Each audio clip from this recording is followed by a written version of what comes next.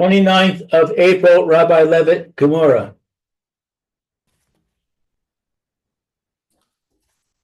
Ready to go. Okay. Let's see.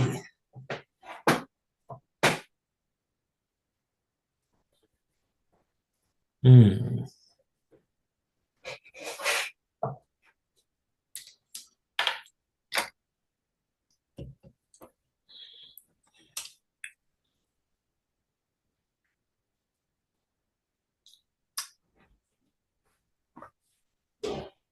Hmm.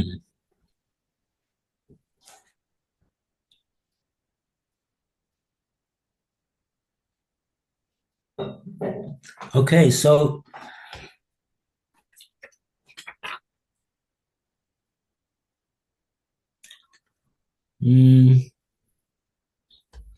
so we had two cases. Starting with the words the Amarav Yosef Bar Menyume, Amarav Nachman. This is the last line of Ted Zayin Amid Base.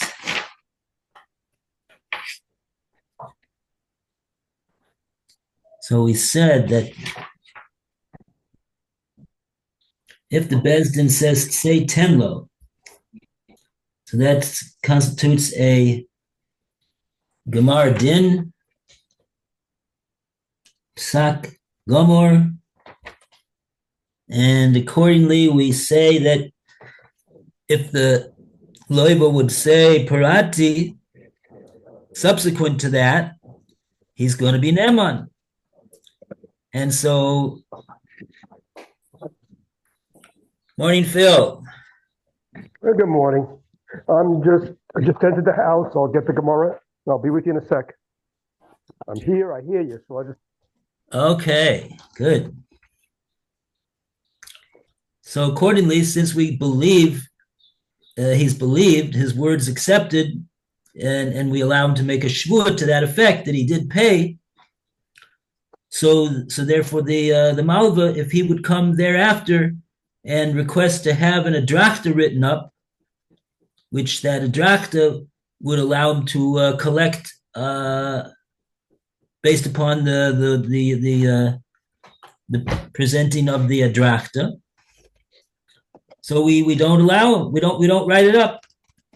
We don't honor the request of the malva to write up such a thing. And we said that's pashut. Of course it's a foregone conclusion if we're going to believe his claim that he said that he paid. But it contrasts with the next case that the Gemora brought, and this is from the same Balamemra, from Rav Hamenume Amar Rav Nachman, that if the Bezdin on the other hand says to the loiva chayav atali tein lo, doesn't say go and give him. It says you are chayav to give him. So then that's not regarded as a final verdict. It doesn't have the status of a psak gomor. And so therefore, if he would say parity, if he says I paid, according to what the Bezdin said, chayav atali tein lo, he's not going to be neman, because we have a principle that the malva doesn't pay, rather the loiva doesn't pay up his obligation except when the Bezdin arrives at a final psak gomor. So this would be a premature payment. So we don't assume that he made such a payment, even if he says so. Okay. And so accordingly, we would allow if the malva would come along and ask to have an adrachta written up, so we would write it up for him.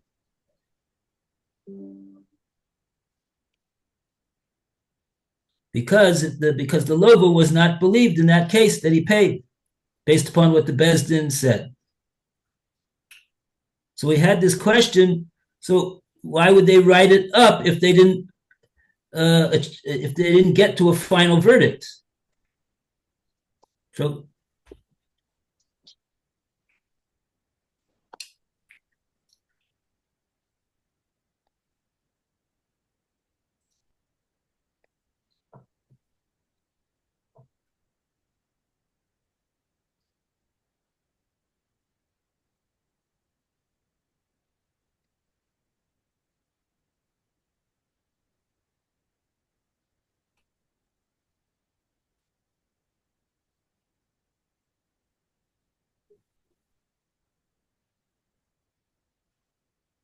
that's what I'm looking to see if there's any answers to this question. It's a little bit left unexplained.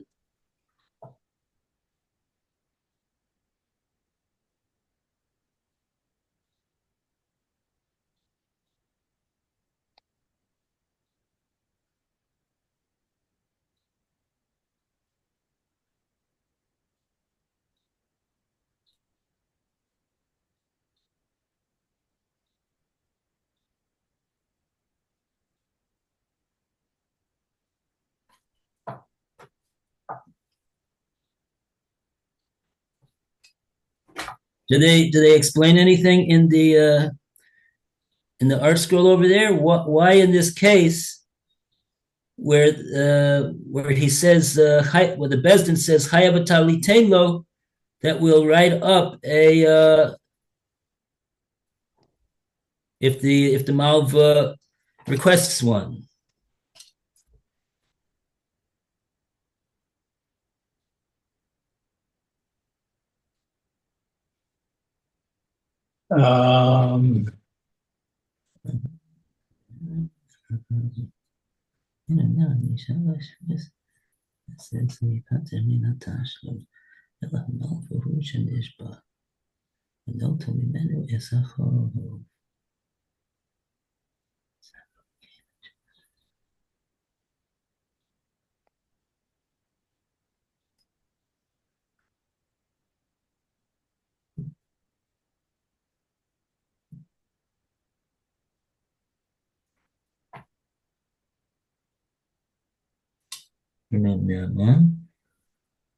Kevin Tchilaso Husrach Latovo Ledin Ein Dargo Lemahir Leaf Proya Ad Yefsiku Dino Loma from a variety.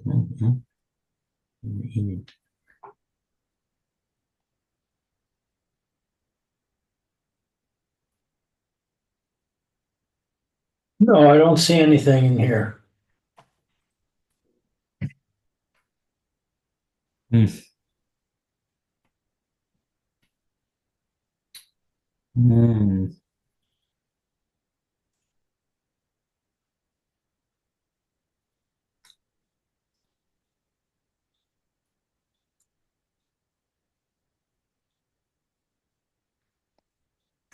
Except this one short little English. It's not a commentary. It's just the English. It says on the phrase "ba malve lichtov."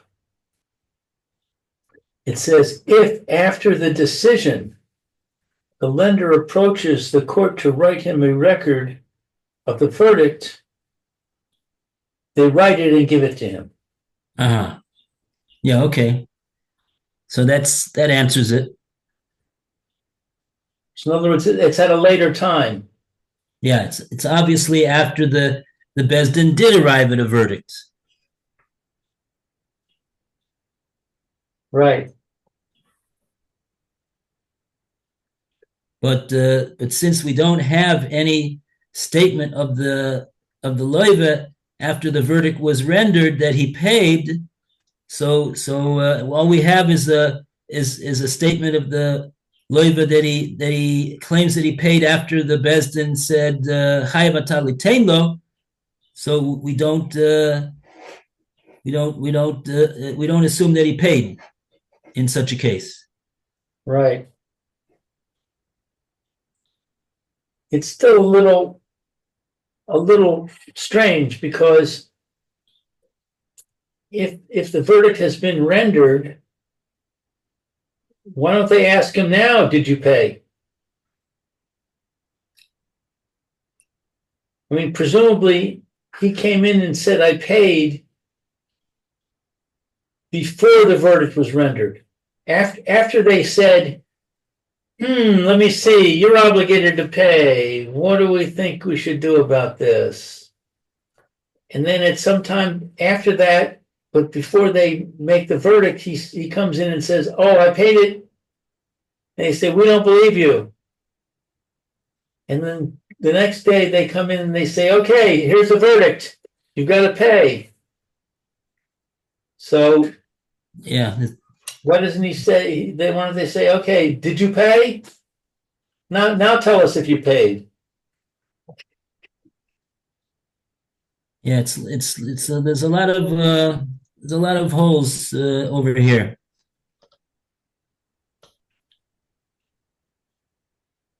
But yeah, there's a lot of holes.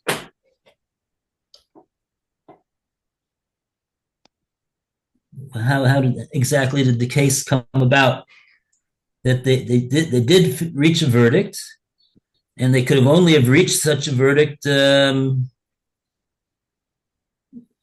with the loiva in the bezdin, but I don't know. You have to know how the procedure works over here. Yeah, that's what we're lacking, is a knowledge of how the court conducts itself.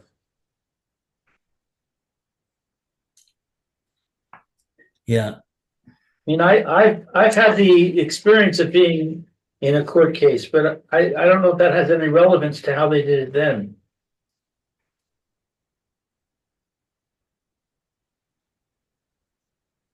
So it's kind of not germane. I mean, that's the case that the Gemora presents. The only time that he said paraiti was when the Bezdin said Chayv Talitenlo. Right. That's the facts that we have. So what we have to assume is that he didn't make that claim after the psak din. Right. So the fact that he said it beforehand is not it's not sufficient. So that's so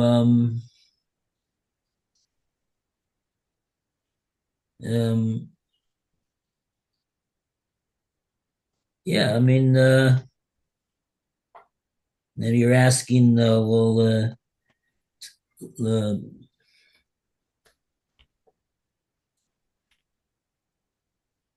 mhm.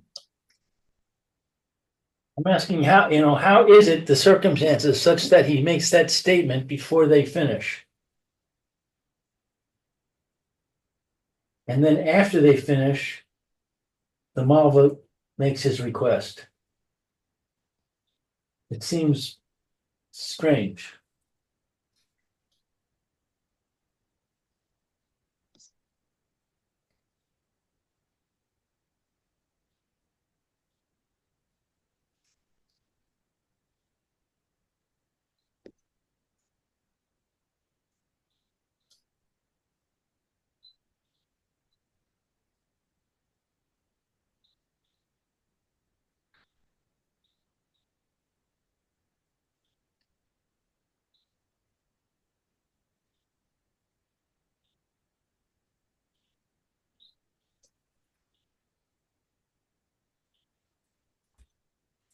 Well,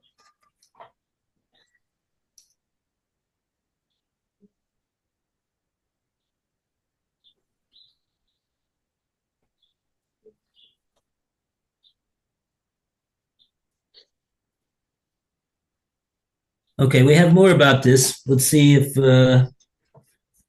pictures gets a little clearer, hopefully. So we're up to Reb Zvid Mishmei. Okay, let's see. We're on 17a. Reb Fourth Zvid, line from the top. got it. Reb Zvid Mishmei, de Rav Nachman Amar. Reb Zvid said the name of Rav Nachman, Bain say, Bain lo, whether the court told the debtor, go out and give the lender the money, Bain chayev ata litain lo, or whether the court said, you are obligated to give the money, V'amar parati, and the debtor later said, I paid as instructed by the court, Ne'eman, he is believed. So Reb Zvid is changing it a little bit. Ba malve. In either case, the lender approaches the court to write a record of the verdict for him. Ein kosvin benosnin lo. They do not write it and give it to him.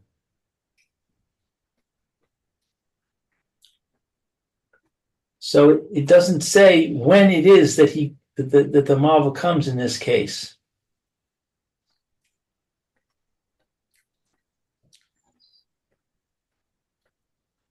So he's solving our problem.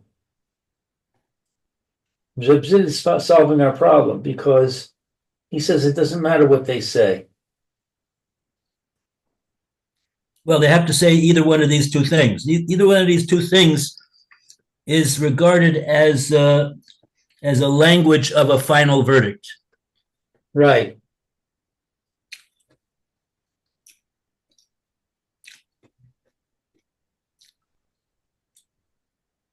I go on, or do you want to read Rashi? Where's the Rashi? Which one? Don't see any Rashi yet. According to my footnote, there's a Rosh, not a Rashi. Never mind. Okay, so Ella, rather, ika luge, if it is possible to distinguish between the two cases, hachi hu deika lif luge. This is the distinction that we may be drawn. Oh, Amru lo, te tain lo. If the court told the debtor, go out and give the lender the money you owe him, v'amar parati, and the debtor later said, I paid as instructed by the court, v'ha'edim me'idin oso shalo paro, and witnesses testify against him that he did not pay.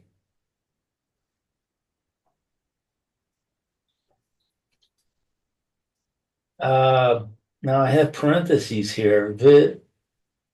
V'chazar v'amar parati huchzak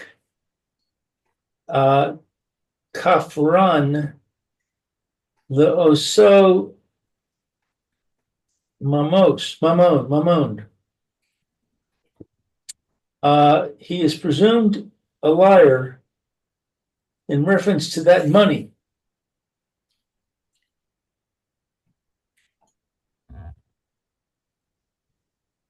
Okay, well, that's pretty obvious. If we got witnesses that testify against him, he's going to be presumed to be a liar.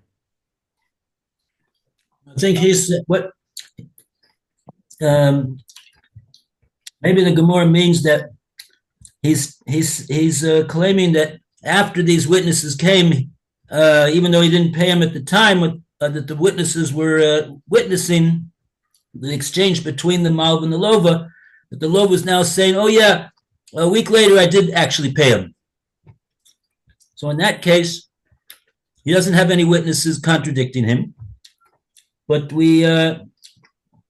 but even so, we're going to say in that case, Huksa Kafrin, Losa Moment. In regard to that dispute over that Malva and that Loiva, we're not going to believe the Loiva to say that Sof at the end of the day, he did actually pay him, because he doesn't have any proof of it. And on the contrary, we have proof that when he was demanded to pay, with witnesses present, he didn't pay. So that's all true. We're saying in a case where the Beis Din originally told him to say 10 lo.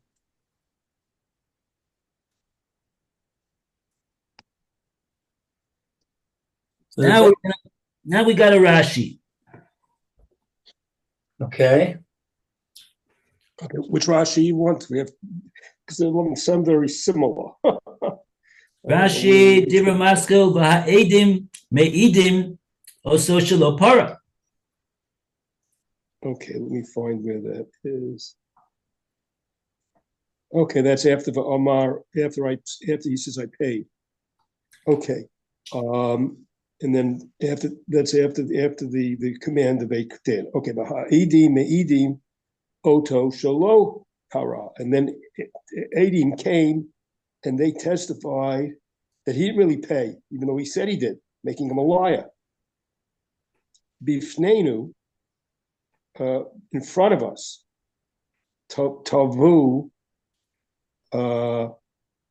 they made a claim, Lifroa lo, to pay him.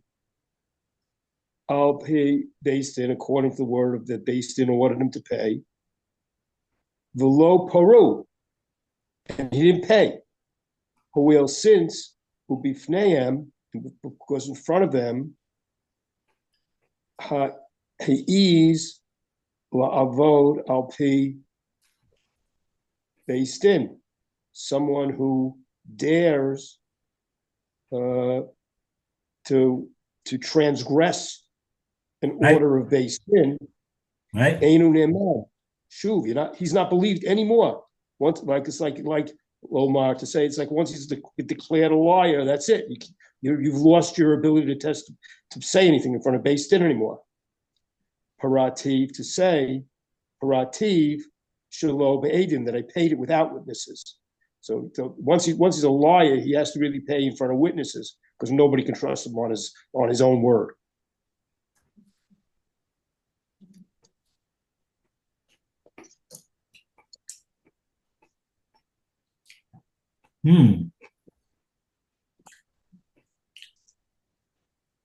Yeah, this that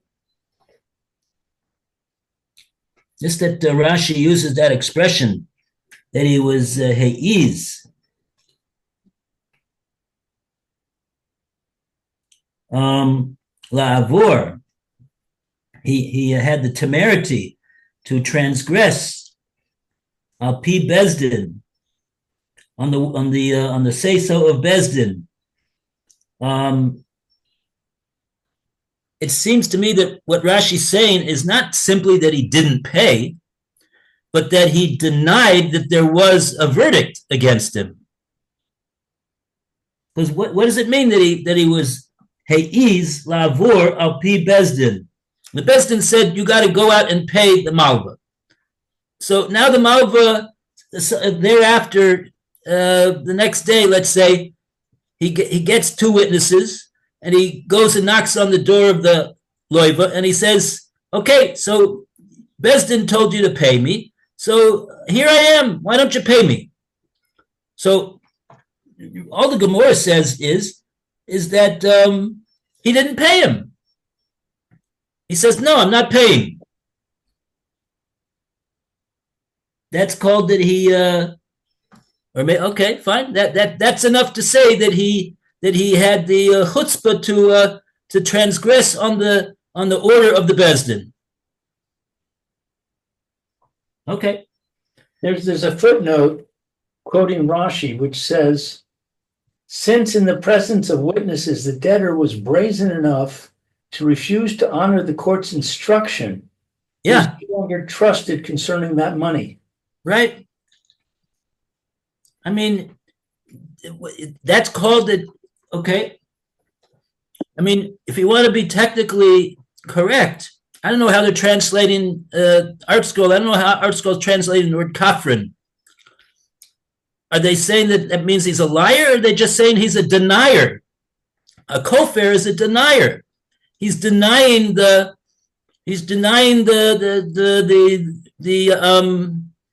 obligation to pay. Art Scroll says he is presumed a liar in reference to that money. He's a liar because he's now claiming thereafter that he did pay, not in the presence of witnesses, right? That's what Rashi ends up in that Rashi. Rashi says, Eno neman shuv loymar paraitiv shalo be'edim. He's not going to be believed to say that the very next day he came and knocked on the door of the Malva and he gave him the money. Right. When there's no witnesses to witness that. We got witnesses that when the Malva approached him and demanded that he pay according to the order of the Bezdin, he did not pay. And then he is claiming that sometime later he did pay the Malva, but there was no witnesses. so it's his word against the Malva. The Malva obviously is saying that no, you didn't pay me.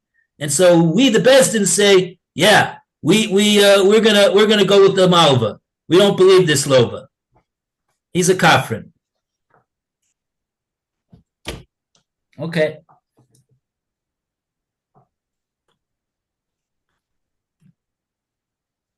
Okay, so that's all true in the case where the Bezdin says, say tenlo, according to Rav Zvid. Now, we got another Rashi actually. Hukse kafrin le'oso momen. Huska kafrin lo'tomon. He's like presumed, and that's the chusko, the presumed factor that he's a liar for that money. Okay. She'ein ne'eman. He's not believed anymore. Lomar to say, Chazarti, I went back, uparati, and I paid, achi parab until he pays with witnesses. But we did that. Yeah. Well, we said it, but you didn't actually read it. Right, we said it. It was sort of, it almost made sense from the other one, what he said, yeah. Right. Yeah. All right, so going weiter. Chayiv ata litain lo. However, if the court told him you were obligated to give the lender the money you owe him, va'amar parati, and the debtor later said, I paid as instructed by the court, v'ha edim meidin oso shelo para, and witnesses testify against him that he did not pay. Yeah. V'chazar v'amar parati lo huchzak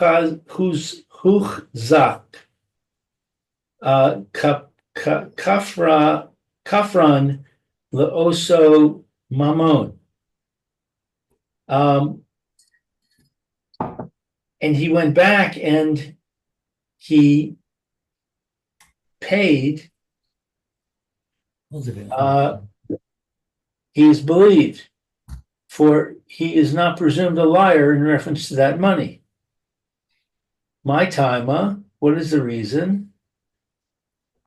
Ish tamute hu ka mishtamet minei. By refusing to pay the debtor, by refusing to pay, the debtor may have merely temporarily evaded the lender, and his response does not necessarily indicate an unwillingness to pay. Savar ad dime aino bi Rabbanan bedine. He may have thought, I will not pay until the rabbis, i.e., the judges, further examine my case. Since they did not order me to pay, it is still possible that they will reverse themselves and decide in my favor.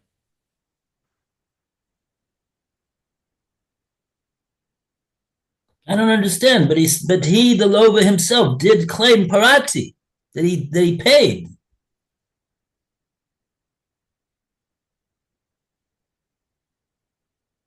And witnesses testify that he didn't pay. Temporarily.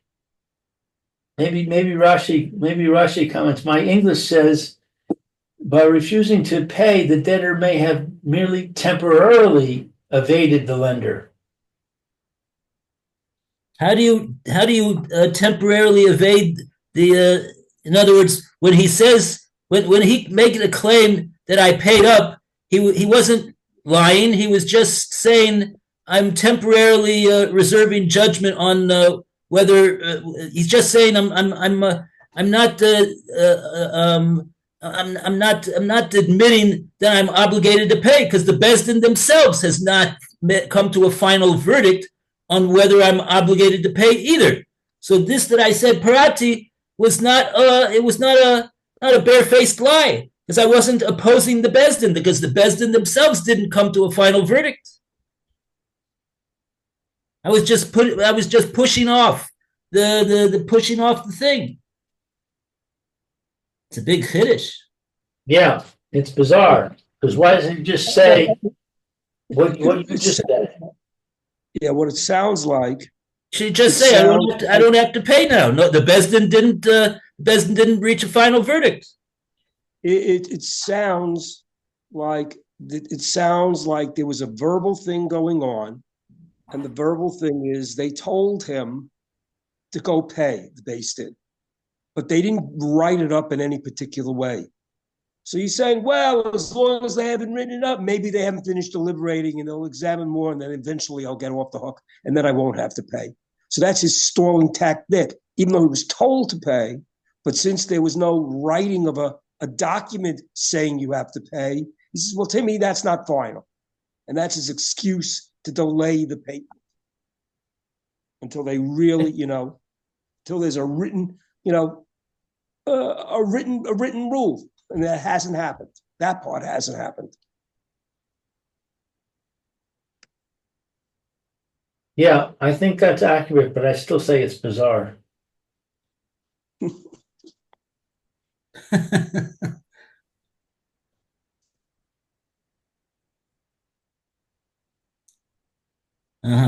So even though time number one, the first time he claimed that he paid, and the Eidim say no, he didn't pay. He didn't pay anything. So then he turned around subsequent to that, and made a second claim that he paid. And presumably that was already after the point that the Beis Din had, said a final verdict by all accounts. Then the Gemara says, Lo huksa kafrin, lo osamoman.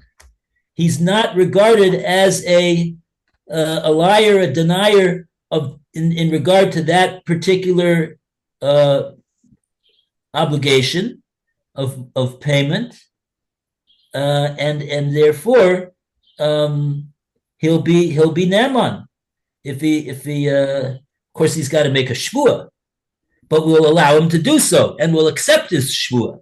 That's the point, that when we say he's not a kafran. He's not regarded as a kafran in regard to this money. And that's because that when the first time he said parati, he was simply pushing off. He was pushing it off. That's all.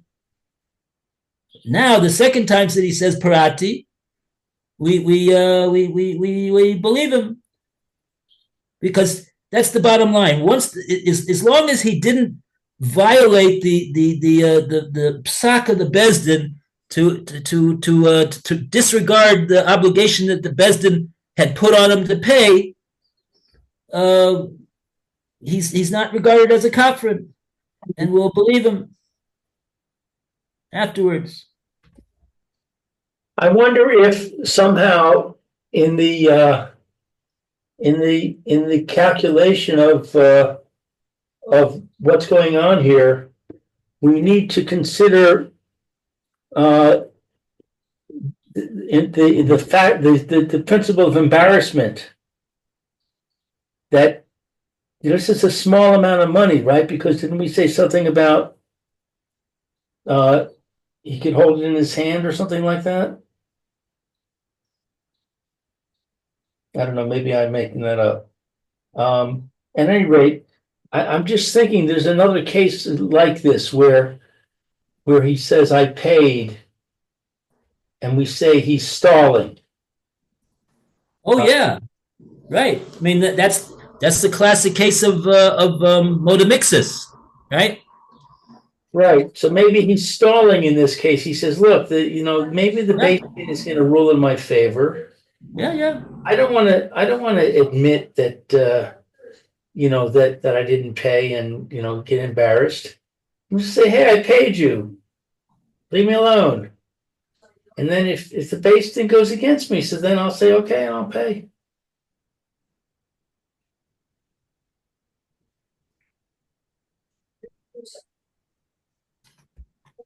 Right. Right. That seems to be the rule that's coming out over here. As long as the Bezdin did not issue a final psak, so he's not going to be regarded as a kafran for not paying. So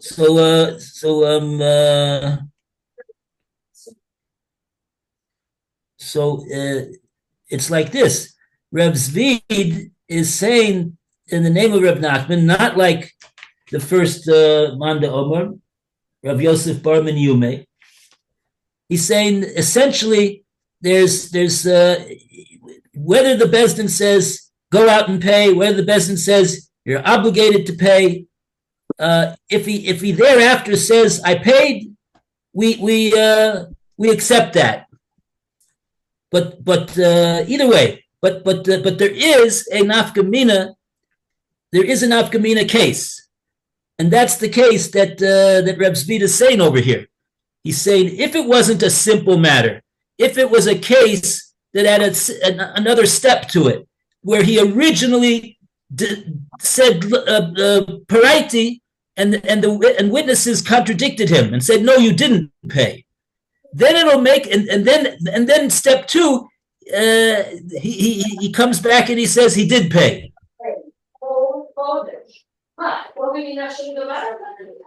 So in that case, in that complicated case, we will say that there is a distinction between the Bezdin saying, say tenlo, go out and pay him. That's an absolute psak din, a final verdict. And whenever he says paraiti after that, and witnesses contradict him, he's a kafran. He's a kafran. We won't accept it. Won't accept his statement after that. But if they only say chayav atali telo, you are obligated to give the malva. So then, even though if he would say, I paid, we will accept it if witnesses don't contradict him. But if witnesses do contradict him, we will say that, oh, look, the Bezdin, they only said chayav atali telo. They only said, oh, you're obligated to give him. So even if he's contradicted by witnesses, we say, we have Rahmanas on the guy. We say, oh, he was just trying to push it off. He was just trying to bide time, So therefore, he's not going to be regarded as a kafran. A fine tooth. What do you call it? The hair splitting distinction between these two statements that the Beis Din makes in this particular case. Right. Thank you, Rabbi. Okay, all the best, everybody. Have a great day. Okay, be well. See you tomorrow, Mitzvah Hashem. Mitzvah Hashem.